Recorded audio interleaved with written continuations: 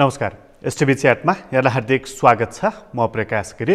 STV च्याटको आजको अङ्कमा हामी चर्चा गरिन्छौँ राष्ट्रिय प्रजातन्त्र पार्टीको बारेमा। महाधिवेशनमा त्यो पार्टी पनि होमिएको छ। मितिकै कुरा गर्ने हो भने मङ्सिरको करिब दोस्रो सातामा उसले महाधिवेशन गर्नुपर्नेछ। पटक पटक मिति सरेको छ र यसपटकको महाधिवेशनको मिति चाहिँ सर्ने मिति हो कि गर्ने मिति हो, प्रश्न त्यहाँनिर रहेको छ। उसँग यसरी महाधिवेशनको बारेमा चर्चा गर्दा उसका अबका प्रमुख एजेन्डाहरू के हुनेछन्, राष्ट्रिय राजनीतिमा महाधिवेशनबाट फर्कने राष्ट्रिय प्रजातन्त्र पार्टीको अनुहार कस्तो हुनेछ, आजको अङ्कमा हामी त्यसबारेमा पनि चर्चा गर्नेछौँ। सँगै राष्ट्रिय राजनीतिका यी असरल्ल परेका मुद्दाहरू, न्यायालयदेखि लिएर सरकारसम्मका ती विषय पनि चर्चाको आजको हाम्रो विषय रहनेछ। हामीसँग आज कुराकानीको लागि स्टुडियोमा डाक्टर प्रकाश चन्द्र लोहनी हुनुहुन्छ, राष्ट्रिय प्रजातन्त्र पार्टीका अध्यक्ष। डाक्टर साहबलाई स्वागत छ। धन्यवाद। डाक्टर साहब, अब यो 3 जना हुनुहुन्छ तपाईँहरू अध्यक्ष। अब मङ्सिरको 11-12तिर हो क्यारे तपाईँहरूको महाधिवेशन? त्यस्तै छ त्यही बेला। फेरि पनि तपाईँ अध्यक्षको उम्मेदवार हो र? म अब तपाईँको मेरो अहिले जिकिर भन्नुहोस् न। जिकिर के छ भने अब हाम्रा दुईटै मित्रहरू पशुपति कमलजीहरू, उहाँले एकजनाले 20 वर्ष एकजनाले 15 वर्ष चलाउनु भयो। पार्टीको स्थिति पनि सबैले देखेकै हो। त्यसकारण एकपटक मलाई चलाउन दिनुहोस्, 4 वर्ष चलाउन दिनुहोस्, त्योभन्दा बढ्ता पनि होइन, 4 वर्ष चलाउन दिनुहोस्, 4 वर्षपछि अनि हस्तान्तरण गरौँ भन्ने मेरो उहाँहरूलाई पहिलेदेखिकै सुझाव हो है। यो सुझाव कि अनुरोध? अनुरोध भन्नुहोस् न। कुनै रियाक्सन गर्नुभएको छैन उहाँहरूले, मित्रहरूले। अनि अब होइन, अब त्यो पनि भने मैले यो पनि भनेको छु कि हामी त्यसो भए 3 जना एउटा अभिभावक भएर बसौँ, बोर्ड अफ डाइरेक्टर भन्छ नि, बसौँ। नयाँ पुस्तालाई म्यानेजिङ डाइरेक्टर भनेर काम गर्न चाहिँ उहाँलाई लगाउँ। जस्तो भारतीय जनता पार्टीमा पनि छ तपाईँको, त्यहाँको चाहिँ अध्यक्ष छ भनेर चाहिँ कसलाई धेरैलाई थाहै छैन। धेरै महत्त्वको कुरा होइन। त्यो रूपमा जान पनि सकिन्छ। कसरी जाने भन्ने कुरा चाहिँ एकतालि छलफल गरौँ भन्ने मलाई लाग्छ। सायद अधिवेशन अगाडि हाम्रा कुराकानी होला यस विषयमा। यो मतलब 2टा मोडल छ तपाईँको कि चाहिँ नि तपाईँहरू दुवैजनाले अध्यक्ष चलाइसक्नुभयो, यसपटक मलाई चाहिँ सिङ्गल अध्यक्ष चलाउनु हो एकदम। तर प्रश्न त थुप्रै छन् डाक्टर साहब। जस्तो मैले अस्ति हेर्दै थिएँ तपाईँहरूको अधिवेशन आयो अनि जिल्ला अधिवेशन भयो भनेर भन्दाखेरि ओहो, अझै पनि डाक्टर लोहनी अध्यक्षको उम्मेदवार, 50 वर्षदेखि राजनीति गरिरहेको मान्छे, अझै अध्यक्ष चाहियो उहाँलाई। मैले यो देखिरहेको थिएँ क्या। तपाईँलाई यस्तो कुराले अलिक खोज्दैन? होइन, यो त हेर्नुहोस्, अब यो कस्तो भने त्यो पार्टीको अवस्था, पार्टीको आवश्यकताले सबै निर्धारण गर्ने कुरा हो। अमेरिका हेर्नुहुन्छ भनेदेखि अमेरिका राष्ट्रपतिको उमेर कति छ? 78 वर्षको छ। तर ओबामा अलिक कलिलै पनि हो। त्यसैले परिस्थिति आवश्यकता र जनताको चाहनाले ल्याउने कुरा हो। अब हामी 3 जनामा हामी तपाईँको हाराहारी मभन्दा अलिकति कान्छो हुनुहुन्छ कमल थापाजी, पशुपति मभन्दा अलिकति जेठै हुनुहुन्छ। तर कमल थापा त बडा फिट हुनुहुन्छ नि। म देखिरहेको थिएँ अस्ति, उहाँ त खेलिराख्नु राम्रो भएको छ। म राजनीति छाड्नु सक्छु तर खेल छाड्दिनँ एकदम। अहिले पनि प्रतिस्पर्धा गरिराख्नु भएको छ। त्यो वास्तवमा प्रशंसनीय कुरा हो। म पनि त्यसको प्रशंसा गर्छु। वास्तव भन्नु चाहिँ नि फिटनेस भन्ने कुरा कस्तो भनेदेखि म आफै पनि तपाईँको म हुर्किँदाखेरि नि म पहिले चाहिँ म एक मिनट तपाईँको आफ्नो कुरा गरौँ। पहिले चाहिँ म ज्याठामा चाहिँ जिम हुन्थ्यो कि, द्वारिकादासजी हुनुहुन्थ्यो, उहाँले खोल्नु भएको थियो ज्याठामा जिम। त्यो जिममा जाने गर्थेँ म कलेज पढ्दाखेरि। जिममा जाने गर्थेँ र म वेट लिफ्टिङ गर्थेँ। म अमेरिकामा गइसकेपछि वेट लिफ्टिङ, स्विमिङ र हाइकिङ 3टा मेरो स्पोर्ट्स थियो। वेट लिफ्टिङ, स्विमिङ र हाइकिङमा I was pretty good. In fact weight लिफ्टिङमा त राम्रै थिएँ म। तपाईँको जिउ अलिकति अमेरिकनहरू दाँजोमा सानो भए पनि ठिकै थियो। त्यसैले यो स्पोर्ट्स चाहिँ मेरोमा पनि निरन्तर मैले स्पोर्ट्स भनेर कि फिटनेस हुनको लागि चाहिँ मेरो निरन्तर। ब्याडमिन्टनमा म कलेजको च्याम्पियनै थिएँ। च्याम्पियन भन्दा पनि सेकेन्ड भएको थिएँ है। फर्स्ट चाहिँ अर्को थियो, सेकेन्ड भएको थिएँ। भन्दाखेरि स्पोर्ट्सलाई निरन्तरता दिएर म अहिले पनि तपाईँको म 3-4 किलोमिटर बिहान दौड्छु। दैनिक बिहान दौड्छु, योग गर्छु अनि स्ट्रेचिङ गर्छु। यहाँसम्म कि म त झारखण्डमा 2029 सालमा म त्यो बेलामा झारखण्डमा जब परेको थिएँ, राजाले चाहिँ राजनीति गर्न मिल्दैन भन्दाखेरि चाहिँ त्यो बेलामा पर्दाखेरि, त्यो बेलामा पनि म त्यहाँको पहलवानहरू छन् नि, मधेसबाट आएको पहलवान नसिबलाल यादव भन्ने थिए। नसिबलाल यादव मेरो गुरु थिए। उनीसित मैले 1.5 वर्ष त फिजिकल तपाईँको रेस्लिङै सिकेँ मैले। आई वाज प्रिटी गुड रेस्लिङमा। अनि 2040 सालमा म अर्थमन्त्री हुँदाखेरि अहिले जगत गौचन छन्, उनीसित बसेर मैले 1.5-2 वर्ष कराते सिकेँ। त्यसले यो स्पोर्ट्समा र योमा चाहिँ निरन्तर लाग्नुपर्छ। र अहिले पनि तपाईँको त्यति गरेको पनि छु। योग ध्यानको साथसाथै फिजिकली फिट भएको हुनाले मलाई अहिलेको अवस्थामा मलाई न ब्लड प्रेसर छ, न डायबिटिज छ। आइएम तपाईँको चाहिँ फिजिकली इन टप सेप। डाक्टरले भनेको छ तपाईँको हार्ट त तपाईँको मुटु त 50 वर्षको मान्छेको जस्तो छ भन्छ। 70 काटिसकेँ म। 70 काटिसकेँ। भनेपछि त फिट छु भन्दै हुनुहुन्छ तपाईँ? एकदम फिट फिजिकली पनि छु, मेन्टली अलर्ट छु। I right, I read. हामी तपाईँको चाहिँ अहिले चाहिँ टाइम पाएको छैन। तपाईँ 3 जना अध्यक्ष मध्ये पशुपति शमशेर अलिकति उमेरको हिसाबले तपाईँभन्दा अलिकति सिनियर हुनुहुन्छ होला होइन? सिनियर हुनुहुन्छ, तर उहाँ पनि तपाईँको पहाड चढ्ने कुरामा हिज गुड। आफ्नो हेल्थको चाहिँ राम्रो, उहाँले पनि हेल्थ मेन्टेन गर्नु, हेल्थको राम्रो ख्याल गर्नुहुन्छ उहाँ पनि। फिजिकल्ली पनि पोलिटिकल्ली पनि तपाईँको प्रतिस्पर्धा चाहिँ कमल थापासँगै हुने भयो अब त्यसैदेखि? होइन, कोसी त प्रतिस्पर्धा भन्दा पनि हामीहरू 3 जना छौँ अघि।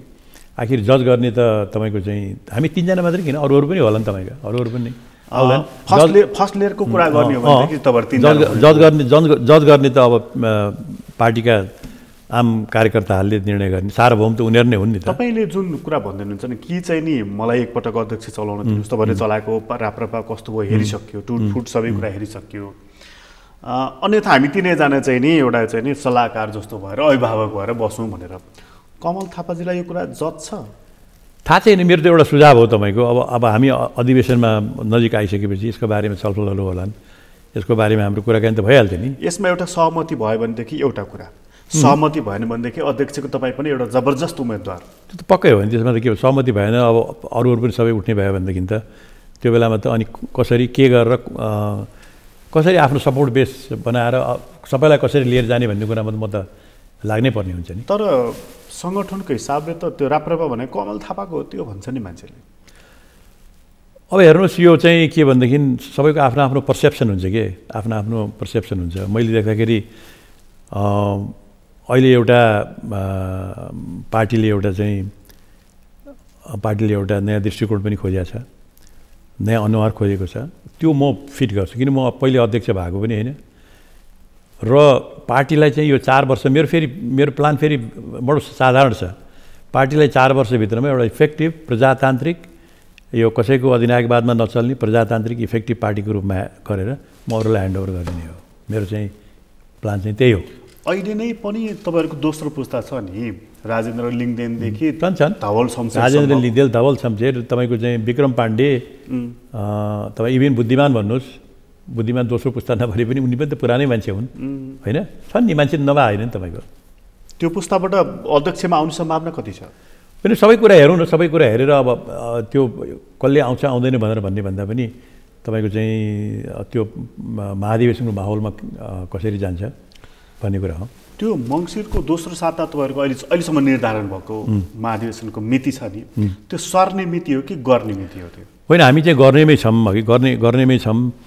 अब केही प्राविधिक कारणले गर्दाखेरि 2-4 दिन तपाईँको यताउता भयो भने अब त्यो हुन्छ नि, यत्रो मान्छेहरूलाई 5000 मान्छेलाई ल्याउने, सारा गर्ने, अब यो लजिस्टिक्स त ठुलो छ अघि। त्यस कारण त्यसले गर्दाखेरि 2-4 दिन यताउता हो भने मात्रै हो। तर महाधिवेशन हुन्छ, त्यसमा केही फरक छैन। महाधिवेशनबाट आएको राप्रपाको अनुहार कस्तो हुन्छ? एउटा वैधानिकता बोकेको अझ सशक्त पार्टी हुन्छ। दृष्टिकोणमा त हाम्रो चाहिँ संवैधानिक राज संस्थाभित्रको प्रजातन्त्र, बहुदलीय संवैधानिक राज संस्थाभित्रको प्रजातन्त्र भन्ने त हाम्रो त्यो मेन एउटा लक्ष्य हो।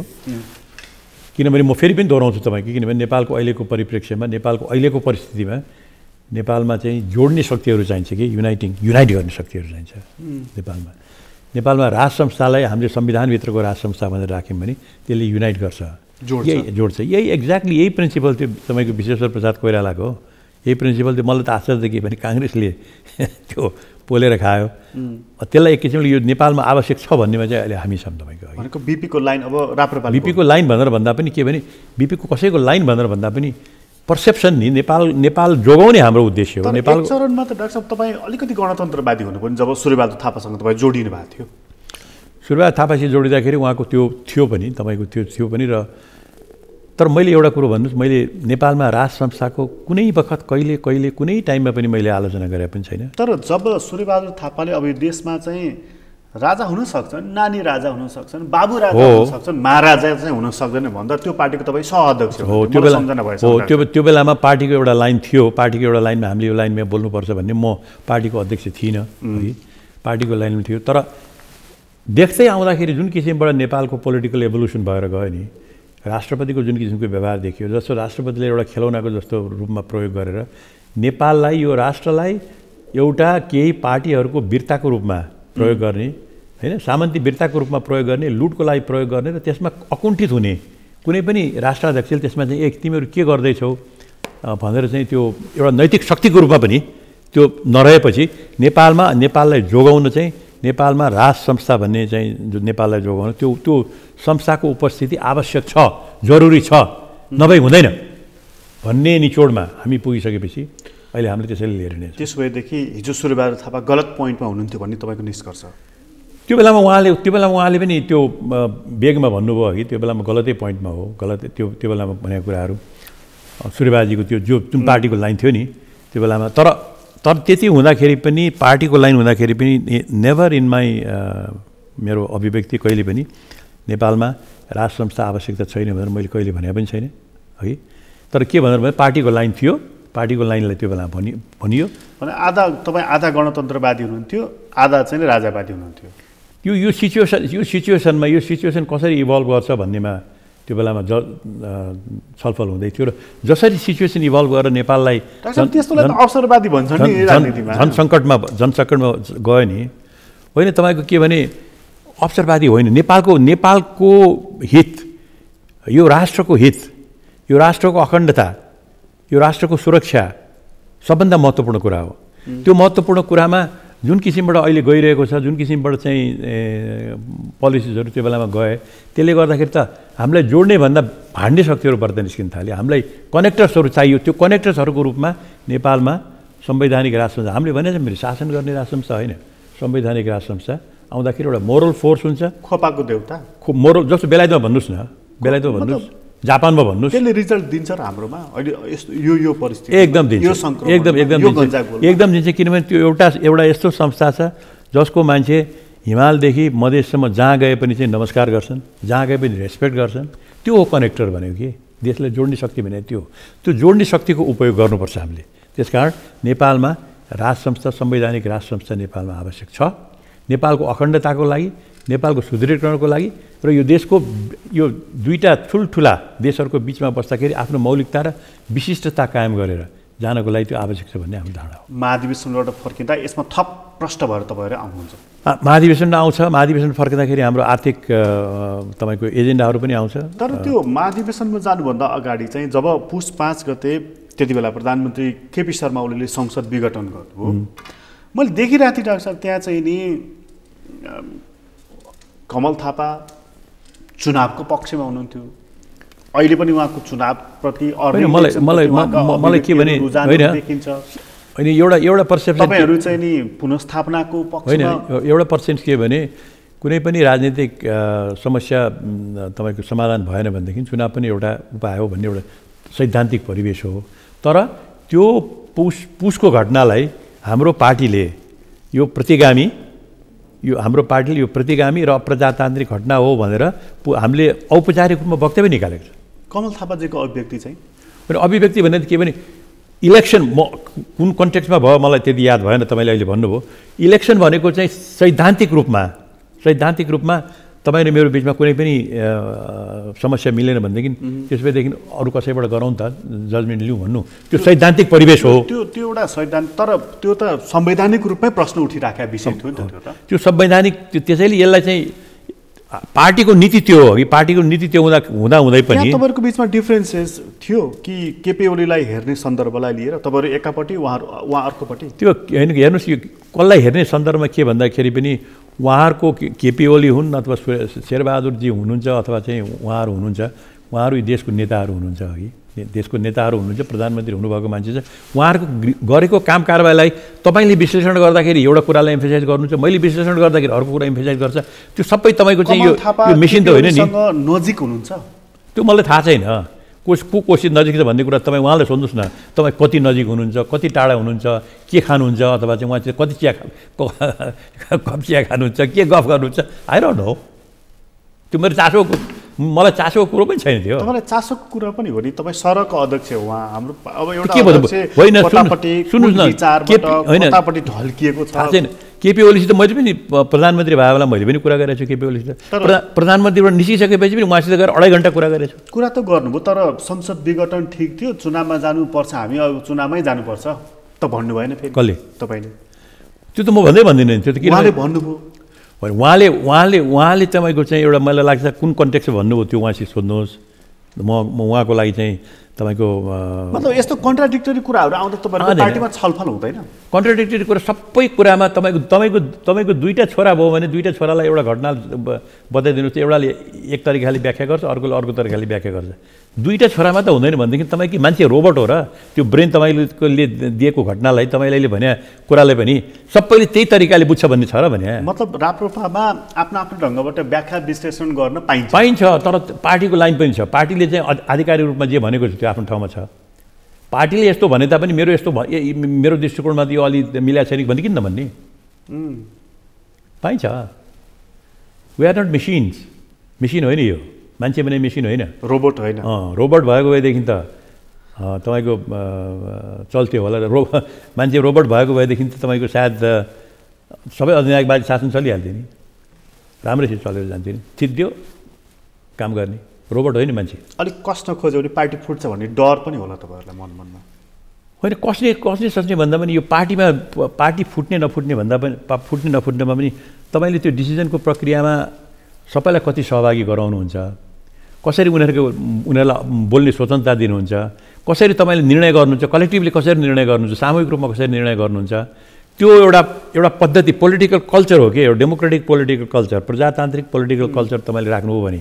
त्यो अड्छ होइन मैले भनेपछि मैले भनेको कुरालाई नै भन्ने देखाइदिन्छु म भनेर भन्ने यो खालको चाहिँ अहमवाद जब आउन थाल्छ नि त्यो बेलामा पार्टी फुटेर जान्छ अब नेपाली नेकपाको गति भयो भने त्यही त हो सबैको अहमवादले नै हो घमण्डले हो देखाइदिन्छु भन्दा भन्दै तपाईँलाई थाहा छैन हाम्रो भागवत गीतामा लेखेको छ एउटा श्लोक मलाई असाध्यै जहिले पनि मनपर्ने चाहिँ छ हुन त म संस्कृतको चाहिँ मलाई दुःखको साथ भन्नुपर्छ त्यो संस्कृत आउँदैन मलाई पढ्नुपर्छ सायद तर त्यसको अर्थ चाहिँ के छ भन्दा पनि जब मान्छेमा घमण्ड बढेर जान्छ त्यसको बुद्धि हराउँछ बुद्धि हराएपछि विवेक हराएपछि त्यो मान्छे पतन हुन्छ यो आजभन्दा 5,000 वर्ष अगाडि कृष्णले अर्जुनलाई बताएको कुरा हो विच इज ट्रु यथार्थ हो हरेकलाई लागु हुन्छ मै जाने छु भनेर तपाईँले चाहिँ जस्तो म भन्छु थोर बहुत तपाईँभन्दा बढ्ता मैले 2टा अर्थशास्त्रको किताब पढाएँ होला अथवा राजनीतिशास्त्रको किताब पढाएँ होला तर मलाई नै सबै कुरो थाहा छ भनेर त्यसले त्यो एउटा जर्नलिस्टले चाहिँ मसित कुरा गर्ने भन्ने मलाई घमण्ड आयो भनेदेखि त्योभन्दा मेरो ठुलो मूर्खता केही पनि हुँदैन तपाईँको पतनको दिन त्यहाँबाट सुरु हुन्छ बुद्धि अनि बिग्रेर जान्छ जुन दिन मलाई थाहा छ भन्ने मनमा त्यो बास बस्छ तपाईँ पतन हुन थाल्नुभएछ कति मलाई थाहा छैन भन्ने कुराको जब अनुभूति हुन्छ त्यो बेला मान्छे थिर रहन्छ डाक्टर साहब यो राजनीतिक पार्टीहरू नि जस्तो चाहिँ तपाईँले जुन विवेकको कुरा गर्नुहुन्छ नि पार्टीहरूले यति बेला चाहिँ विवेक प्रयोग गर्नुपर्ने कुन मुद्दामा केमा हो हेर्नुहोस् मैले अहिले सबभन्दा ठुलो देशमा देखेको चाहिँ मुद्दा चाहिँ न्यायालयकै मुद्दा छ अहिले अघि न्यायाधीशहरूको नि यो बडो दुःखको छ बडो दर्दनाक छ नेपाली समाजमा यहाँ कस्तो भएको छ भनेदेखि चाहिँ तपाईँको न्यायाधीशहरूको बारेमा न्यायाधीशहरूमा जुन अराजकता अहिले फैलिएको छ प्रधान न्यायालयमा आज म अखबार हेर्दै थिएँ शोलेन्द्र शमशेर जबरा उहाँ प्रधान न्यायाधीश हुनुहुन्छ सम्माननीय प्रधान न्यायाधीश हुनुहुन्छ हामीले त्यो शब्द प्रयोग गर्नुपर्छ पदमा हुने जालसम्मलाई उहाँको विरुद्ध उहाँको तपाईँको चाहिँ बार एसोसिएसनको अध्यक्षले यो बिचौलिया हो भ्रष्टाचारी हो भनेर आज अखबारमा भनेको छ त्यसको कुनै रेस्पोन्स छैन भने न्यायालयमा बस्ने व्यक्तित्व उसको ज्ञानभन्दा पनि उसको व्यक्तित्व उसको इन्टिग्रिटी उसको क्यारेक्टर होइन यो मान्छेको चरित्र छ यो मान्छेले न्याय दिन्छ यो मान्छेमा क्षमता छ भन्ने कहाँको त्यो केही पनि छैन त्यस्तो अवस्थामा अरू अरू अरू न्यायाधीशहरूले चाहिँ तपाईँको चाहिँ विरोध गरिराखेको छ, बारले विरोध गरिराखेको छ। र यस्तो बेलामा नेपाल सरकार चुपचाप छ। किन? नेपाल सरकारले केही पनि बोल्न सक्दैन, किनभने यो तपाईँको यो नेपाललाई यो देशलाई लुट्ने काममा चाहिँ दुवै पक्ष लागेका छन्। दुई पक्ष भनेको न्यायालय पनि लागेको छ, नेपालको कार्यकारी पनि लागेको छ। किनभने न्यायालयले एउटा कुनै फैसला गर्यो भने भन्नुहोस् न, वाइट बडीको बारेमा अथवा 46 अरबको एनसिएल काण्डको बारेमा न्यायालयले फैसला गर्यो भने त्यसबाट लाभ लिने त छन् नि, अहिले पार्टीहरू छन् नि त। त्यसकारण उनीहरू त्यो लाभ लिएको हुनाले त्यो न्यायालयमा जतिसुकै भ्रष्टाचार अनाचार जेसुकै भए पनि त्यसको बारेमा बोल्ने आँटै गर्न सक्दैनन्। कार्यकारी चुप लागेको त्यसको आँटै गर्न सक्दैन। ऊ भन्दैछ नि कि यो न्यायालयको मुद्दा त्यहीँबाट चाहिँ समाधान हुनुपर्छ। कसरी तपाईँको न्यायालय एउटा कर्मचारीको बारेमा प्रधान न्यायाधीशले चाहिँ ऊ लगायो होइन, महाभियोग लगायो होइन, कार्यकारीले एउटा कर्मचारीको बारेमा महाभियोग लगायो होइन, लाग्न त सक्दो रहेछ नि त। भने यस्तो देशमा बेथिति भइराखेको बेलामा चाहिँ किन चुप त भनेर भन्दाखेरि एकले अर्कालाई समर्थन गरेर देश लुट्नमा चाहिँ दुईटै संस्था लागेका छन् अहिले। त्यस्तै वकिल साहबहरू हुनुहुन्छ, जो कालोकोटका हाम्रा मित्रहरू हुनुहुन्छ, वरिष्ठ हुनुहुन्छ, उहाँहरू सबैलाई चाहिने मान्छे हो। र मलाई त एउटा मेरो प्रार्थना के छ भने मलाई वकिलका चाहिँ जान नपरोस् कहिले। भगवान्सँग प्रार्थना गर्नु सकेसम्म है। त्यस्ता वकिल साहबहरू हुनुहुन्छ, उहाँहरू चाहिँ यसले बेइमानी गरे, यसले भ्रष्टाचार गरे भन्छ। भ्रष्टाचार गरेर त पृथ्वीनारायण शाहले भनेको थियो नि त होइन, लिने र दिने दुइटै भ्रष्टाचार हुन्छ। त्यो को त दिने, त्यो दिने भ्रष्टाचार गर्ने को त, त्यो दिने मान्छे को त? आज बारको अध्यक्षले अहिले तपाईँ उदाहरण दिनुहुन्थ्यो, प्रधान न्यायाधीश बिचौलिया हो, त्यही हो। यसमा बिचौलिया हो भनेर बारको अध्यक्षलाई त थाहा रहेछ। म भन्दैछु नि, बिचौलिया हो त बिचौलियाले कोसित फाइदा लियो त, प्रधान न्यायाधीशले कोसित फाइदा लियो त? नेपाल सरकारको कुन चाहिँ मन्त्रीलाई चाहिँ जोगाएर फाइदा लिए अथवा चाहिँ कति चाहिँ पैसा बुझाएर फाइदा लिए भन्नुपर्छ कि पर्दैन? भने मतलब बारले पनि यो नेपाल सरकारको जुन निष्क्रियता छ, नेपाल सरकारको जुन निरीहपना छ, त्यसको बारेमा नेपाल सरकारलाई तिमीहरू पनि त्यत्तिकै दोषी छौ, यो न्यायालयलाई भ्रष्ट गराउनमा तिमीहरू पनि त्यत्तिकै दोषी छौ, किनभने तिमीहरू पनि भ्रष्ट हौ, दुईटा भ्रष्ट मिलेर देशलाई तिमीहरूले तबाह पारिरहेछौ भनेर त्यो भन्न सक्ने नैतिकता नेपालको बारमा किन आइरहेको छैन? मेरो प्रश्न छ त्यो चाहिँ। डाक्टर साहब, अर्को प्रश्न यसैमा छ फेरि, नेपाल बार चाहिँ प्रश्नको घेराभन्दा बाहिर छ? बार स्वयं चाहिँ प्रश्नको घेराभन्दा बाहिर छ? नेपाल बारको बारेमा त मलाई त्यति थाहा छैन अघि। नेपाल बारको बारेमा उहाँको इन्टरनल डाइनामिक्सहरू के छ, कसो छ भन्ने कुरो थाहा छैन। म त अहिले एउटा दुईटा ठुल्ठुला इन्स्टिट्युसनको बारेमा बोलिरहेको छु। न्यायालय र कार्यपालिकामा दुईटैलाई के छ भनेदेखि मैले कार्यपालिकाले अलिकति फुर्ती गरेँ भने मेरो चाहिँ मलाई उदाङ्ग पारिदिन्छ कि भन्ने डर छ। चुपचाप ल्याएर बसेको छ। तपाईँले यसमा देख्नुभएको चाहिँ यसको सल्युसन चाहिँ के हो त? सल्युसन भनेको गर्छु भन्ने नियत हो। नियत न्यायालयमा म भागभण्डा गर्दिनँ, न्यायालयलाई म स्वतन्त्र दिन्छु भन्ने चाहिँ नेपालका कार्यकारीहरूको नियत हुनु पर्यो। कि त्यो नियत छैन अहिलेसम्म। यो त पार्टीसम्म जोडियो। सुन्नुहोस् न, पार्टीसँग जोडियो।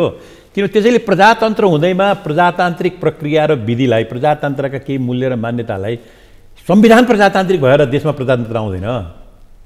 संविधान प्रजातान्त्रिकको अहिलेको प्रजातन्त्रले यही भन्छ त? संविधान प्रजातान्त्रिक भन्दा पनि त्यो प्रजातान्त्रिक मूल्य र मान्यता, त्यसका चाहिँ केही चाहिँ हाइवेमा जाँदाखेरिको गार्ड रेल हुन्छ नि, पर्खाल, हाइवेबाट उता नजाओस् भन्ने, त्यो पर्खाललाई तपाईँले परिभाषित गरेर त्यसमा तपाईँ अड्न सक्नु भएन भने जसोसुकै विकसित देश हो त्यो पनि सङ्कटमा पर्न सक्छ, जस्तो अमेरिका गएको वर्ष ट्रम्पको बेलामा पुगिसकेको थियो। त्यसैले हाम्रो चाहिँ के भने यहाँ चाहिँ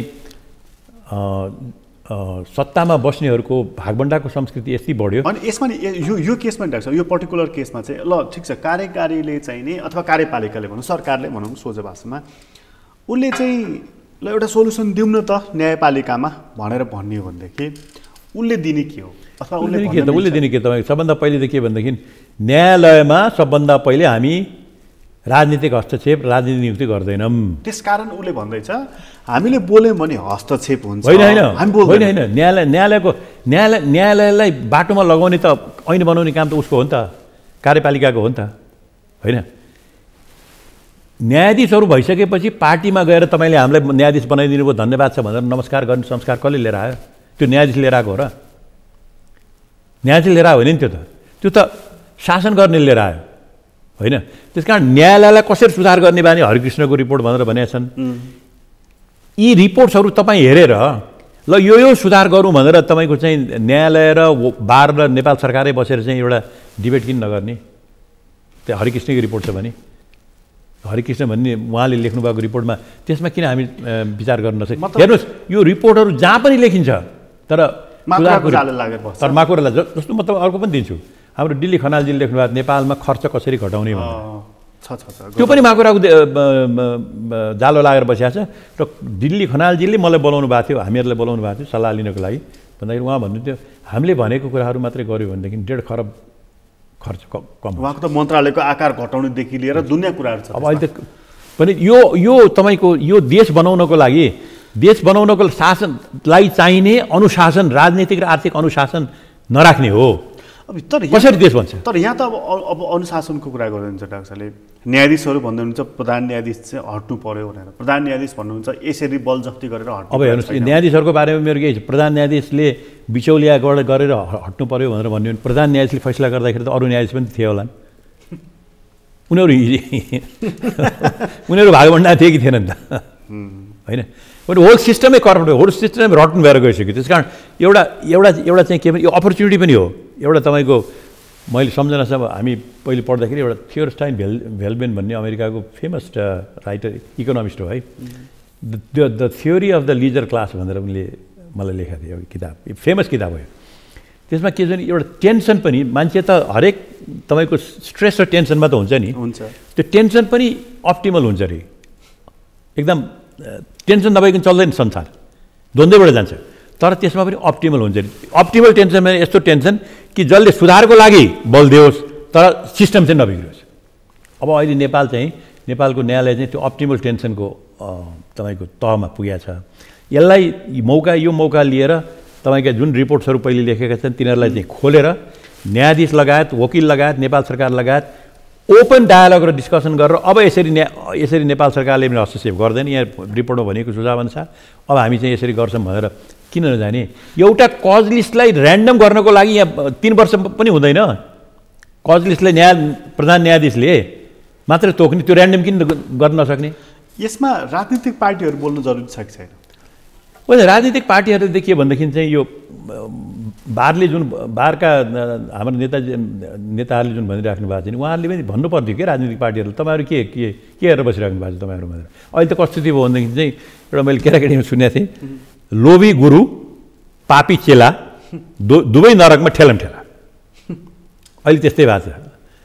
लोभी न्यायालय, पापी सरकार, देश चाहिँ नरकमा जाने स्थितिमा चाहिँ अहिले पुगिरहेको छ भने यसलाई बचाउने हो भनेदेखि ओपन गर्नुहोस्, ट्रान्सपेरेन्ट गर्नुहोस्, त्यो रिपोर्ट्सहरू के छ त्यो लिएर आउनुहोस्। देशका प्रबुद्ध तपाईँका चाहिँ भूतपूर्व न्यायाधीश अथवा अहिलेका वर्तमान न्यायाधीश, यहाँ ल पढेका बुझेका अहिले टप मान्छेहरू यो देशमा निस्किसकेका छन्, तपाईँको राम्रा मान्छेहरू छन्। उनीहरूले राखेर अब यो सुधार कसरी गर्ने भनेर तपाईँ छलफल चलाउनुहोस् न। मतलब धेरै नगिजोल्नुहोस्, हल दिइहाल्नुहोस्, छलफल चलाउनुहोस्। त्यो काम गर्नलाई नेपाल सरकारलाई कसले रोकेको छ? डाक्टर साहब मलाई एउटा कुरा बताइदिनुहोस्, यो गिजोली चाहिँ किन धेरै गिजोली? यो गिजोलिन चाहिँ किन भनेर भनेदेखि यो त्यहाँभित्र भएका जुन अव्यवस्थाहरू छन्, त्यसबाट जुन फाइदा लिएको छ, त्यसबाट जुन लुट भएको छ, त्यसबाट जुन सम्पत्ति कमाएको छ, त्यो त तपाईँको लुकाएर राख्नु पऱ्यो नि त। तर यो गिजोली नि अहिले आएर न्यायपालिकामा चलिरहेको छ।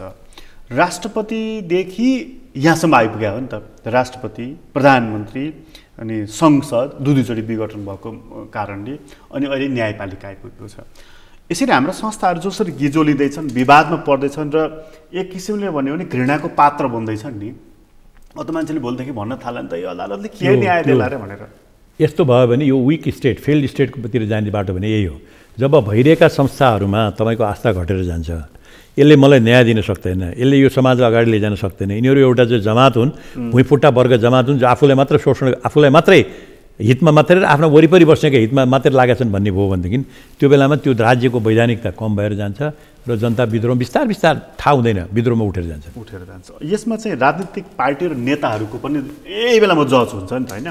त के हाम्रा पार्टीका नेताहरू चाहिँ विवेक शून्य रहेछन्? विवेक शून्य होइन। हाम्रा पार्टीका नेताहरूले अनैतिक काम, अराजक काम, गैर कानुनी कामहरू थुप्रै गरेका छन्। त्यो गरेको हुनाले त्यो अहिले न्यायालयमा व्रत फुर्ती गऱ्यौँ भनेर भनेदेखि भोलि न्यायालयले चाहिँ खोलिदिन थाल्यो भनेदेखि अब के गर्ने? भद्रगोल जेलको ढोका खुल्छ भनेर डर छ, त्यसैले बोल्न नसक्यो। त्यति हो। अरू केही कारण होइन? त्यही हो, बोल्न नसकेको कारण त्यही हो। उनीहरूलाई थाहा छ यो गल्ती यो बेठिक भइरहेछ भनेर, तर बोल्न सक्ने हिम्मत छैन। त्यस कारण मैले भने के भने अहिले तपाईँले ओभरअल सिस्टमलाई तपाईँले चेन्ज गर्न नसक्नु भए पनि कमसेकम न्यायपालिकालाई जुन समस्याहरूको अहिले यो बाहिर आएको छ, निस्किएको छ नि त। तपाईँ राम्रो भएर बसिराख्नु भएको छ, तपाईँलाई रोग लागेको छ भन्ने कुरो अहिले थाहा भयो होइन, निस्किएको छ भने यो बेलामा औषधि गर्नुहोस्। औषधि गर्नको लागि चाहिँ कार्यपालिका र न्यायपालिकाका विशिष्ट व्यक्तिहरू बसेर जे रिपोर्ट्सहरू लेखिएको छ त्यसको बारेमा अब सुधार यसरी गर्ने र संविधान पऱ्यो भने संविधान परिवर्तन गर्ने भन्ने कुरामा जानु पर्यो। यसमा चाहिँ पार्टीहरूको इन्टरनल डाइनामिक्सलाई पनि हेर्नु पऱ्यो नि डाक्टर साहब। जस्तो चाहिँ हरेक पार्टीहरूमा कसैको विचार समूह भन्छन्, कसैले गुट भन्छन् होइन। गुट भन्न अलिकति डराएर विचार समूह भन्छन्, हुन त गुटै हो त्यो। एउटा संस्थापन पक्षको विरुद्ध अर्को गुट हुन्छ त्यहाँ, क्रान्तिकारी कुरा गरेर। अहिले त झन् महाधिवेशनको माहौल छ, तपाईँहरूको छ, काङ्ग्रेसको छ, एमालेको छ, साराको छ। त्यहाँ त हरेक 101 क्रान्तिकारीहरू छन् नि, पार्टीको संस्थापनलाई चुनौती दिने क्रान्तिकारीहरू छन्। यो महत्त्वपूर्ण चोटिलो मुद्दामा चाहिँ किन ती क्रान्तिकारीहरू बोल्दैनन् त? अब क्रान्तिकारी पार्टीभित्र पनि त्यही हो, पार्टीभित्रको आन्तरिक प्रजातन्त्र कमी जस्तो लाग्छ मलाई। पार्टीभित्र पनि भोलि माथि आउनु पऱ्यो भनेदेखि अब चाहिँ अध्यक्षको चाहिँ समर्थन चाहिएला, उसको गुटको समर्थन चाहिएला। बर्ता अहिले फेरि बोल्नु देखाइन्छु तँलाई भनेर चाहिँ चुनावमा चाहिँ आउनु नदेला भन्दै यो डरले गर्दाखेरि पनि कतिपय चित्त नबुझेका युवाहरूलाई पनि देख्छु म। तपाईँको कुराकानी हुन्छ, युवाहरू पनि त्यो खुम्चिएर बस्नुपर्ने स्थिति आएको छ अघि, वास्तविक कारण यो। त्यसैले अल्टिमेटली गएर त्यो नेतृत्वमा बस्ने मान्छेको हेर्नुहोस् नियत भन्ने कुरा असाध्यै इम्पोर्टेन्ट छ। सिङ्गापुरमा गएर ली कुआन यू आउँदाखेरि सिङ्गापुर के थियो? नेपाल जस्तै थियो, गरिब थियो। तर त्यो नियतले गर्दाखेरि के गर्यो त्यो नियतले? उसको बायोग्राफी पढ्नु हो भनेदेखि चाहिँ भ्रष्टाचार गरेका उसका सबभन्दा नजिकका 2टा मन्त्रीलाई सबभन्दा पहिले झ्याल्न हाल्यो। मेसेज त गयो नि। उसले शासन लिनुभन्दा अगाडि 1 वर्षमा 163 पटक त बन्द मात्रै भएर छ सिङ्गापुर। मेसेज त गयो नि, हाम्रो नेपाल बन्द भने मेसेज त गयो, सबैले मेसेज त गयो, अब चल्दैन है भनेपछि त्यसले गर्दा नियत भन्ने कि नै तपाईँको साउथ कोरियाको सिङम्यान री भन्ने जुन 1960s मा आयो नि, डिक्टेटर थियो, प्रजातन्त्रवादी होइन। तर यति फोकस थियो साउथ कोरियाको डेभलपमेन्ट र एक्सपोर्ट कसरी बढाउने भन्ने कुरामा। साउथ कोरिया त्यो बेलामा कपाल मात्रै एक्सपोर्ट गर्थ्यो, मान्छे काट्यो कपाल, अरू केही पनि थिएन। कपाल एक्सपोर्ट गर्ने देशलाई आज कहाँ पुर्याइराखेको छ तपाईँको? त्यो के त देश विकास गर्नको लागि चाहिँ अलिकति डेमोक्रेटिक छवि भएको डिक्टेटर चाहिँदो रहेछ। डिक्टेटर होइन, ली कुआन यू पनि डिक्टेटर त होइन नि त। उसले तर ऊ पनि प्रजातान्त्रिक थिएन, इलेक्सनैबाट आएको हो। तर उसको इलेक्सन अलिकति नट ट्रु, क्वेसनेबल छ। नट ट्रु, इलेक्सनबाट आएको, इलेक्सनबाट मान्छेले चित्त बुझाएरै आएको। लगातार 40 इयर्स भनेको चित्त बुझाएरै। सिङ्गापुरलाई कहाँ पुऱ्याएको छ त्यो मान्छे त ग्रेटफुल हुन्छ नि त। तपाईँ एउटा गाउँपालिकामा गएर खानेपानी एउटा तपाईँ लगेर दिनुहोस्, मेरो अनुभव छ, तपाईँले खानेपानी लगेर त्यहाँ दिनु भने मान्छे यति ग्रेटफुल हुन्छ। चुनाव त पुटिन पनि लडिरहेछन् कि जितिरहेछन्। पुटिनको चाहिँ जुन कुराहरू हामी सुनिरहेका छौँ नि, पुटिनको इट्स तपाईँको चाहिँ अथोरिटेरियन डेमोक्रेसी भन्छु, अधिनायकवादी प्रजातन्त्र हो होइन। प्रजातन्त्रको पनि सेड हुन्छ के तपाईँको, एउटा कुनाबाट अर्को कुना, त्यो अधिनायकवादी प्रजातन्त्र हो। हाम्रोमा चाहिँ अब कस्तो छ, म अलिकति थोरै पृष्ठभूमिमा जान चाहन्छु। पृष्ठभूमि भने चाहिँ जब यो संविधान आयो त्यसपछि सारा नेताहरूको हाम्रो एउटै भनाइ थियो कि अब राजनीतिक सङ्क्रमण अन्त्य भयो, अब समृद्धि, अब विकास। कम्युनिस्ट पार्टीहरू चाहिँ नि मोर्चाबन्दी गरे, मिले, करिब 2/3 मत पाए। त्यो टुक्रियो, फुट्यो, आज 3 टुक्रा भयो। त्यहाँबाट फुटको श्रृङ्खला सुरु भएको असर विवेकशीलसम्म परिरहेको छ। त्यसैको डाइरेक्ट असर पर्यो अथवा परोक्ष असर पर्यो बेग्लै कुरा हो, तर एउटा त्यो हावा त्यहाँसम्म पुगिरहेको छ। अब के त हिजो 2/3 प्रयोग गऱ्यौँ हामीले, त्यसले पनि भएन, अब फेरि 2/3 हामीलाई चाहियो भन्दै हुनुहुन्छ। त एकदम जायज कुरा गर्नु हो, क्रुसियल कुरा हो। किनभने हाम्रो संविधानमा त स्थायित्वलाई यति महत्त्व दिएको छ कि 2 वर्षसम्म अविश्वासको प्रस्ताव ल्याउनु पाइँदैन। पाइन्छ त? पाइँदैन। स्थायित्व होस् भनेर हो नि त। त्यति हुँदाखेरि पनि किन तपाईँको चाहिँ यो हुन सकेन त? 5 वर्ष पनि सरकार किन जान सकेन त? वाइ भन्दाखेरि संविधानले मात्रै भनेर हुँदो रहेछ। सरकारमा बस्नेहरूको नियत, त्यो संविधानलाई कसरी उनीहरूले प्रयोग गर्न चाहन्छन्, त्यो सरकारमा बस्नेहरूको नियत चाहिँ संविधानलाई आफ्नो अधिनायकवाद कायम गर्न प्रयोग गर्ने, आफ्ना वरिपरिका मान्छेलाई खुसी पार्न प्रयोग गर्ने, उनीहरूलाई धनी पार्न प्रयोग गर्ने। जब त्यो कल्चरले जब तपाईँलाई गाड्न थाल्छ, त्यो बेलामा वर्ल्डको सबभन्दा तपाईँको चाहिँ प्रजातान्त्रिक संविधान पनि त्यसलाई च्यातेर फाल्दै हुन्छ। अमेरिकाको संविधान थोरै क्लजहरूको छ, तर उनीहरूले अहिलेसम्म बचाएर राखे किन भनेर भन्दाखेरि त्यो संविधान अन्तर्गतका विभिन्न सङ्कटमा चाहिँ विभिन्न गार्ड रेल भन्छ नि, यो दायाँ बायाँको चाहिँ रेलिङ चाहिँ बनाएर राखे, रेलिङ तोडेका छैनन्। त्यो रेलिङ तोड्न थाल्यो भने त्यहाँ पनि अहिले सङ्कट आइरहेको छ। हाम्रोमा चाहिँ किन तोडिन्छ र? हाम्रोमा किन तोडिन्छ भने त्यो सत्तामा गइसकेपछि एउटा के भन्छ, एउटा मलाई के भन्थ्यो एउटाले चाहिँ, हेर्नुहोस् है, पावरमा गएपछि एउटा देउता लाग्छ है तपाईँलाई, नरसिंह देउता भनेर। के हो नरसिंह देउता? त्यसले वितण्ड मचाउँदो रहेछ, वितण्ड मचाउँछ। अब चाहिँ मैले चाहिँ अब चाहिँ जसरी भए पनि बस्नुपर्छ, बाँच्नुपर्छ, मेरो शक्ति कायम गर्नुपर्छ। त्यसको लागि के चाहियो तपाईँलाई पार्टीमा भने मान्छेलाई चाहिँ दिन सक्नु पऱ्यो, पैसा चाहियो। पैसा कहाँबाट आउँछ त? भ्यारिएसनबाट आउँछ, ठेक्काबाट आउँछ, ट्याक्समा फाइदा दिएर आउँछ, राष्ट्रको ढुकुटी लुटेर आउँछ। ध्यान त्यतापट्टि गयो। जति पैसा बढी भयो अब म बलियो भएँ, अब मलाई कसले के गर्न सक्छ भने पैसा नै तपाईँको चाहिँ शक्तिको चाहिँ मापदण्ड भयो, न कि जनतालाई सेवा दिने कुरा, राष्ट्रको हित चाहिँ मापदण्ड भएन। भनेपछि त्यो अब जस्तो हिजो त ल हामीलाई 2/3 देऊ, हामी बनाउँछौँ यो देश भने जनताले मत पनि दिए। अब फेरि चुनाव त हुँदैछ, चुनाव त अब त 1-8 सालमा त चुनाव त आइ नै सक्यो। स्थानीयदेखि राष्ट्रिय सभादेखि अब त चुनाव लगातार 2-3 महिना 4 महिना 6 महिनामा चुनाव आइरहन्छन्। अब 2/3 दिने कि अब मिलिजुली चलाऊ भनेर मिलिजुलीको दिने? अब तपाईँको प्रचण्डजी पनि 2/3 नै भन्नु थाल्नु भएको छ होइन, हामी एकदम ल्याउँछौँ भनेर। अब ओलीजीको त कुरै भएन होइन, माधव नेपाल निमिट्यान्नै पारिदिन्छु भन्नुभएको छ। अब शेरबहादुरजी त्यति बोल्नुहुन्न, तर उहाँको पनि त्यही होला, तर उहाँ चाहिँ त्यति बोल्नुहुन्न। अरू जस्तै राजनीतिमा चाहिँ यो धेरै अरूलाई गाली गर्ने काम पनि गर्नुहुन्न, त्यो ट्याउट्याउ पनि धेरै बोलेको सुनेको छैन, विच इज गुड। सबैको मर्यादा राख्ने खोजेकै जस्तो लागेको छ मलाई। त्यसैले अब अहिलेकोमा दुईवटा कुरा चाहिँ हाम्रो सङ्कटको छ। हेर्नुहोस्, एउटा अहिलेको चुनाव यति महँगो भएर गयो, कुनै एउटा तपाईँको भन्नुहोस् न, एउटा पढे लेखेको मान्छे अथवा बाहिरबाट आएको पढे लेखेर देशमा के गरेर पैसा छैन, तर म राजनीतिमा लागेर गर्छु भने पनि चुनावमा लड्छु, मेम्बरसिपमा लड्छु, एमपीमा लड्छु भने इम्पोसिबल, किनभने यति महँगो भएर गएको छ।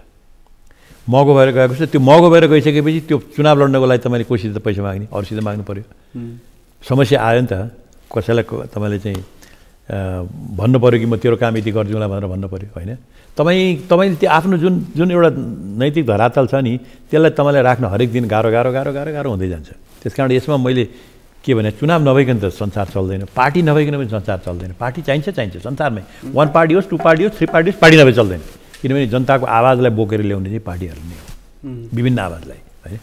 भने त्यसको लागि तपाईँले हरेक पार्टीलाई जो राष्ट्रिय पार्टी छन् दिनुहोस् न, तिनीहरूलाई तपाईँको 1 भोटको चाहिँ 50 रुपियाँ दाम दिनुहोस्। 30 करोड पाउँछ, त्यसले के भयो त? 30 करोड पाउँछ पार्टीलाई दिने, सरकारले राज्य कोषबाट दिने चुनाव लड्नलाई भनेर।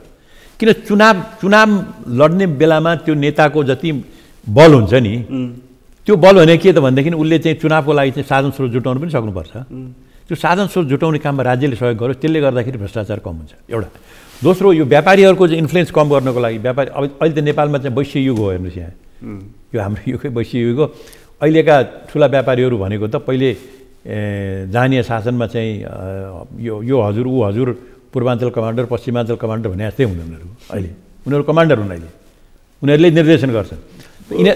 व्यापारीले राणाकालको पुकजा जस्तै हो। अहिलेका बिलियनर भन्छ नि, खरबपति भनेको यी पुकजाहरू हुन्।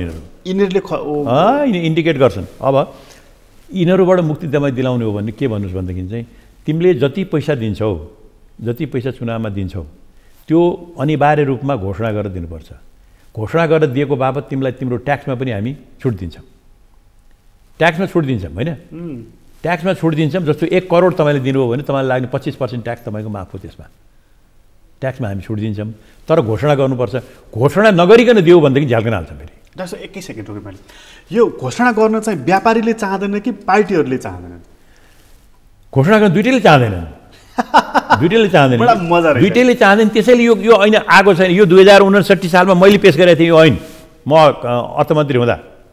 नेपालमा चुनावलाई अलिकति चाहिँ तपाईँको चाहिँ यो धाँधलीबाट मुक्त गराउने हो भने, पैसाको मारबाट मुक्त गराउने हो भने यो रिफर्म गरौँ भनेर भन्दाखेरि यो चाहिँ प्रतिगामीहरूको कुरा भनेर भने अहिलेसम्म कुनै पनि पार्टीले यो गर्न चाहँदैन। किन त्यो गर्न चाहने बित्तिकै त्यो व्यापारीले कति दिन्छ भने व्यापारीहरूलाई पनि के हुन्छ भने हामीले एक एकवटा किनिदिने, हामी सबै मिलेर चाहिँ एउटा पुल बनाऊ, पुल बनाएर चाहिँ दिदिउँ भन्ने हुन्छ।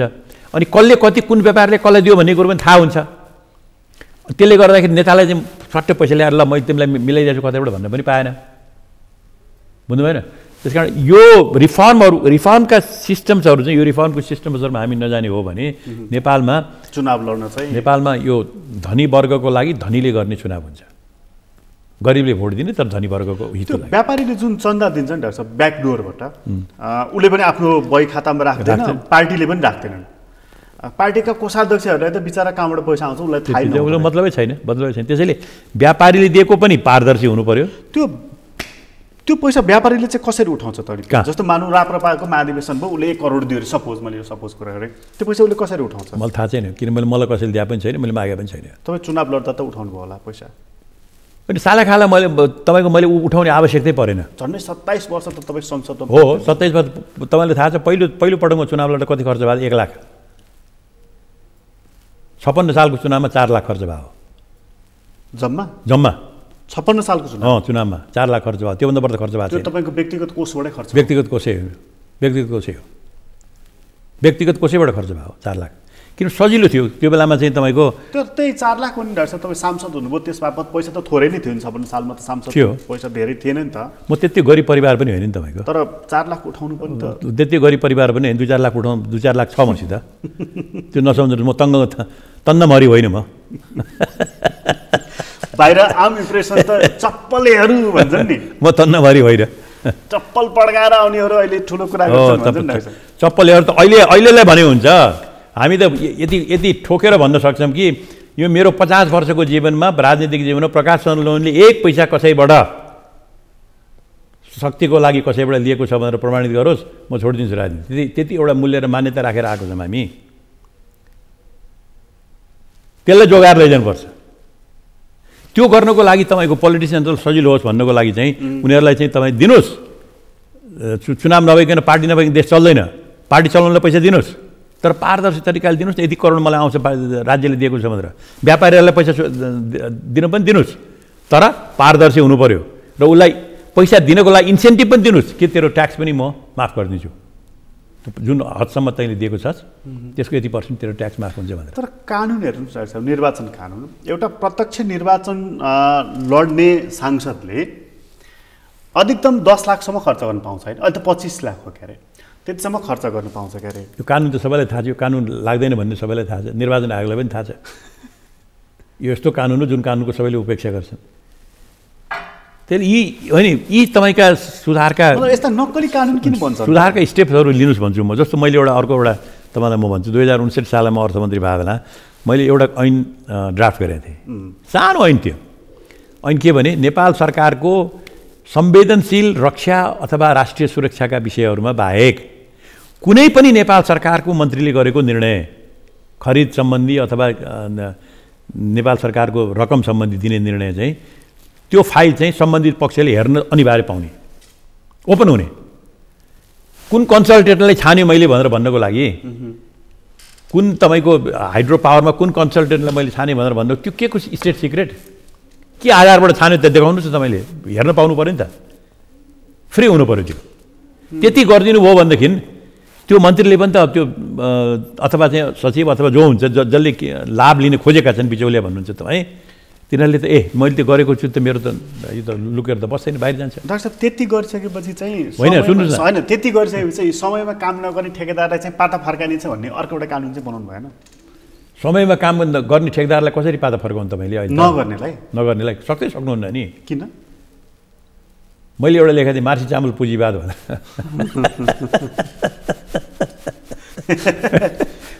एउटा तपाईँले तस्बिर देख्नुभएको थियो, नेपालका ठुल्ठुला नेताहरू एउटा व्यापारीको ठेकेदारको बसेर मार्सी चामलको खाइरहेको थिए। अब हाम्रै नुवाकोट जिल्लाको बाटो जुन छ नि, त्यो रानी पौवा जाने बाटो, रानी पौवाबाट त्रिशुली जाने बाटो नुवाकोट जिल्लाको 5 वर्ष भइसक्यो बनाउँदैनन्, किनभने त्यो मार्सी चामल पुँजीवादसित जोडिया छन् उनीहरू। मतलब छैन, कसैले केही गर्न सक्दैन भने मतलब त्यो कानुन भनेको चाहिँ के भने जब लिङ्क भएको कोही मान्छे छ भने त्यसलाई कानुनै लाग्दैन। नेपालमा कानुन छैन, नेपालमा कानुन लाग्दैन। कानुन भनेको मतलब गरिबलाई लाग्ने हो, नेपालमा सम्पर्क भएका माछी चामल पुँजीवादमा चाहिँ सहभागीहरू मापाचु माचापु भन्छु मलाई माचापु वर्गलाई लाग्दैन माछी चामल पुँजीवादमा, किनभने उनीहरूको लिङ्क छ, केही मतलब छैन। यत्रा ठेकेदारले एउटा तपाईँको भन्नुहोस् न, एउटा औषधिमा चाहिँ अहिलेको कोभिडको औषधिमा चाहिँ पक्रेर भाउ बढाएर बेचेको भनेर पक्रेर जरिमाना भएको मान्छेलाई राष्ट्रपतिबाट चाहिँ तकमा आएको छ, तकमा दिएको छ, राम्रो काम गरेको नेपालमा भनेर। त्यसलाई के भन्नुहुन्छ तपाईँ? औषधिको कोभिडको औषधिमा बाहिरबाट ल्याएर यहाँ 2 पर्नेललाई तपाईँको 50मा बेचेर चाहिँ नेपाली त्यो गरिब जनतालाई शोषण गरेको त्यस्तो मान्छेलाई पनि, त्यस्तो व्यक्तिलाई पनि राष्ट्रपतिबाट चाहिँ, राष्ट्रपतिलाई त के थाहा होला र उनलाई नेपाल सरकारले केही दिनुभयो होइन, त्यसलाई म उहाँलाई दोष दिन्न। राष्ट्रपतिलाई तकमा दिएको छ कि तिमीले देशको लागि राम्रो काम गर्यौ भनेर। के नेपाललाई शोषण गरेर राम्रो काम भयो? कि औषधिमा ठगी गरेर राम्रो काम भयो? कहाँ छ कानुन? कहाँ छ नर्म? यो हेर्ने कसले त भने? यो हेर्ने भनेको त कि तपाईँ तकमा दिँदाखेरि क्राइटेरिया यो हुनुपर्छ, यो बाहिर निस्किनुपर्छ। मैले तकमा पाएँ भने के काम गरेर मैले तकमा पाएँ त? प्रकाश लोनले के काम गर्यो त? के गरेको बापत हुनु पऱ्यो नि त? केही पनि छैन भने उनीहरूले यो एउटा तपाईँको आधुनिक राज्यको लागि चाहिने जुन ऱ्यासनालिटी हो, तर्क हो, त्यो मापदण्ड हो, त्यो मापदण्डलाई स्वीकार गर्न नेपालका राजनीतिकहरू तयार छैनन्। त्यसको फाइदा नेपालको जुडिसियरीले ल्याएको छ र जुडिसियरी र तपाईँको चाहिँ यो एक्जिक्युटिभ मिलेर नेपाली जनताको दोहन गरेका छन्, शोषण गरेका छन्। नवसामन्तवादी सधैँ चलिरहन्छ यस्तो, यो दोहन चलिरहन्छ। चल्दैन। कुन बेलामा गएर एउटा टिपिङ पोइन्ट भन्छ नि। अब यो टिपिङ पोइन्ट, अब यो त्यो भुकभुक पानी उम्लिन थालेन। टिपिङ पोइन्ट भनेको हामी त्यो ढिकी च्याउ खेल्थ्यौँ नि केटाकेटीमा। तपाईँ एकातिर बस्नु, म एकातिर बस्छु, इक्विलिब्रियम हुन्छ नि, सन्तुलन। अलिकति यतातिर बस्नु हत्त जान्छ नि। त्यो टिपिङ पोइन्टमा देश नपुगोस्। यसपटक चाहिँ विद्रोह भयो भने के कारणले हुन्छ डाक्टर साहब? विद्रोह गर्नलाई नेपालमा हेर्नुहोस्, नेपालमा एउटा विद्रोह गर्नलाई एउटा नेपालका हाम्रा शासक वर्गले भन्नुहोस्, एउटा चाहिँ उहाँले एउटा बाटो रोक्ने बाटो अपनाउनु भएको चाहिँ के भने जो विद्रोह गर्ने मान्छे त्यसलाई विदेश पठाइदिने होइन। विद्रोह गर्ने कसले? युवाहरूले होइन। युवाहरू सबै युवाहरूलाई मरुभूमिमा पठाइदिएको छ। 30 लाख 40 लाख मान्छे त्यहाँ गएर बसिया छन्। भोलि गएर चाहिँ आवाज उठाएर चाहिँ यो सुधार हुनु पर्यो, किन भएन यो भनेर घाँटी समात्ने र सुधार गराउनुको लागि पनि त प्रेसर चाहिन्छ नि त। त्यो प्रेसर पोइन्टहरू केही पनि छैन अहिले। प्रेसर पोइन्ट छैन। प्रेसर पोइन्ट नभए हुनाले तिनीहरूले पठाएको पैसाबाट चाहिँ राजस्व पनि आएकै छ। तिनीहरूले पठाएको पैसाबाट जति खर्च गर्न पनि पाइएकै छ। यसमा डबल मजा छ। तिनीहरूले विद्रोह आन्दोलन पनि गर्दैनन्, बाहिर बसिरहेछन्, बाहिरबाट पैसा पनि पठाउँछ, रोएर बसिरहेछन्, यहाँ खान पाइरहेछ भन्दाखेरि त तपाईँको यही होइन तपाईँको पहिलेको सामन्ती इतिहासै होइन, यो नवसामन्तवाद हो। यो भनेपछि तपाईँले विद्रोहको त्यो सम्भावना पनि देखिराख्नु भएको छैन? होइन, तर त्यति हुँदाहुँदै पनि त यहाँ पनि त तपाईँको पढे लेखेका मान्छे आइरहेका छन्। जस्तो अहिले यो वकिलहरूकै विद्रोह, उहाँहरूले एकपक्ष गर्नुभएको छ, नेपाल सरकारलाई बोल्न सक्नु भएको छैन, किनभने उहाँहरूको साँठगाँठ छ, कोही नेपाली काङ्ग्रेसको, कोही एमालेको, कोही चाहिँ नेकपाको भनेर बोल्न सक्नु भएको छैन। त्यो आँट उहाँहरूमा तर तै पनि त के आवाज त निस्किरहेको छ नि त। त्यो बारमा पनि त पार्टीकै मानिसहरू त छन्। त्यति हुँदाहुँदै पनि बारले पनि त यो चाहिँ न्याय त बिग्रिन लाग्यो, किनभने न्याय नै बिग्रेर जान थाल्ने बारको पनि त कहाँ के अस्तित्व रहने भयो?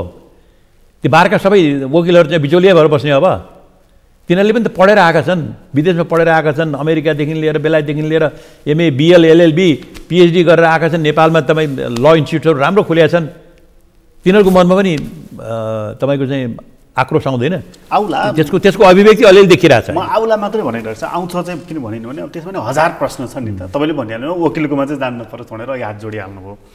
अघि एकजना विश्वकान्त मैनालीले हो क्यारे मलाई एक दिन भन्नुहुन्थ्यो, होइन 5 जना वकिल भेला भयो भने 6 थरी विचार आउँछ बुझ्नु भन्नुहुन्थ्यो उहाँले। अब यहाँ त 6 होइन 9 थरी विचार आउने बेला भयो। त्यसलाई एकछिन छोडिदिने हो भने यो देशको अस्थिरताको विकासको बाधकको मूल कारण चाहिँ शासकीय स्वरूप हो। तपाईँले त संवैधानिक राज संस्था भन्नुभयो, तर अरू पक्ष छ नि जो चाहिँ यो होइन गणतन्त्रै ठिक छ भन्नेहरू चाहिँ उहाँ शासकीय स्वरूप हो। प्रत्यक्ष निर्वाचित प्रधानमन्त्री या कार्यकारी राष्ट्रपति भयो भने बल्ल ठेगाउन आउँछ जो भन्दै हुनुहुन्छ डाक्टर बाबुराम भट्टराई थिए। त्यो चाहिँ मेरो त्यसमा चाहिँ के भने तपाईँको बानी सुध्रिया छैन भने, चक्लेट खाने बानी छ भने तपाईँको चाहिँ किटक्याक छोडेर अर्को चक्लेट पनि त खाइहाल्नुहुन्छ नि, होइन र? चक्लेट खाने तपाईँको बानी छ भनेदेखि त त्यो सरकार त स्थिर हुन्छ नि डाक्टर साहब। सरकार त मतलब फुल टर्म काम गर्छ नि। सरकार फुल टर्म त नेपालको संविधानले 2/3 दिएको होइन तपाईँलाई फुल टर्म भन्दा। त्योभन्दा के दिने? 2 वर्ष चाहिँ छोड्नु पर्दैन भनेको छ संविधानमा। चाहिँ तपाईँको 1 2 3 4 5 6 सरकार छोड्नको लागि 7वटा दफाहरू छन् त्यहाँ पार गर्नुपर्ने। के चलो भयो नि त्यो हुँदा के हुन्छ भने त्यो बेलामा तपाईँको चाहिँ यस्तै खालको नियत र दुर्नियत हुन थाल्यो भने विद्रोह हुन्छ। भनेको शासकीय स्वरूप बदलेर मात्र पनि स्थिरता हुन्छ। शासकीय स्वरूप हुँदैन। मुख्य कुरो के भने शासन अब शासकमा बस्ने मान्छेहरूको उहाँहरूको नियत हुनुभयो। नियत साफ गर्नको लागि यो नियत साफ गर्ने प्रावधानहरू कानुनहरू पनि बनाइदिनुपर्छ। प्रशोधन भएर चाहिँ चुनावबाट आउँछन्। चुनावबाट चाहिँ प्रशोधन भएर नियत प्रशोधन भएर मान्छे पनि प्रशोधन भएर चट्ट परेको आउँछ। अब आउँछन् र यो गिजो लिएर जाने सिस्टम हो भने मतलब यो एक किसिमले तपाईँ खुट्टा पर्छ नि निकाल्नुहुन्छ फेरि हाल्नुहुन्छ निकाल्नुहुन्छ फेरि हाल्नुहुन्छ गिजो लिएर जाने सिस्टम हो। यसमा चाहिँ कट एन्ड राइट सब ठिक भएर चाहिँ आउने होइन। You have to struggle with it. यो अबको निर्वाचनले फेरि त्यही 2/3 फेरि त्यस्तै ढङ्गको बलियो मजबुत दल दिन्छ कि भुरेटाकुरे दलहरू जन्माउँछ? मलाई लाग्छ अब पनि त्यही कोएलिसनकै सरकार आउने जस्तो देखेको छु मैले त है। कोएलिसनकै सरकार आउने हो। तर यो अहिलेको अनुभवबाट सिकेर यो जुन 2-4वटा कुराहरू मैले तपाईँलाई भने सुधारका चाहिँ सुधार गर्ने पक्षहरू भन्नुहोस् न, सुधार गर्ने पक्षधरहरू पार्टीमा आएर उनीहरूले केही सुधार गरे भने जान पनि सक्छ, नजाने पनि होइन। म तपाईँलाई एउटा उदाहरण दिन्छु। अरू देशको पनि उदाहरण दिन्छु। तपाईँको जस्तो अमेरिकाको किनभने प्रजातन्त्रको धेरै कुरा अमेरिका र बेलायतले जोडिन्छ। अमेरिकामा 1860 मा जब सिभिल वार भयो, सिभिल वार सकिसकेपछि देशमा यत्रो विकास भएर गयो, पुँजीवादी विकास।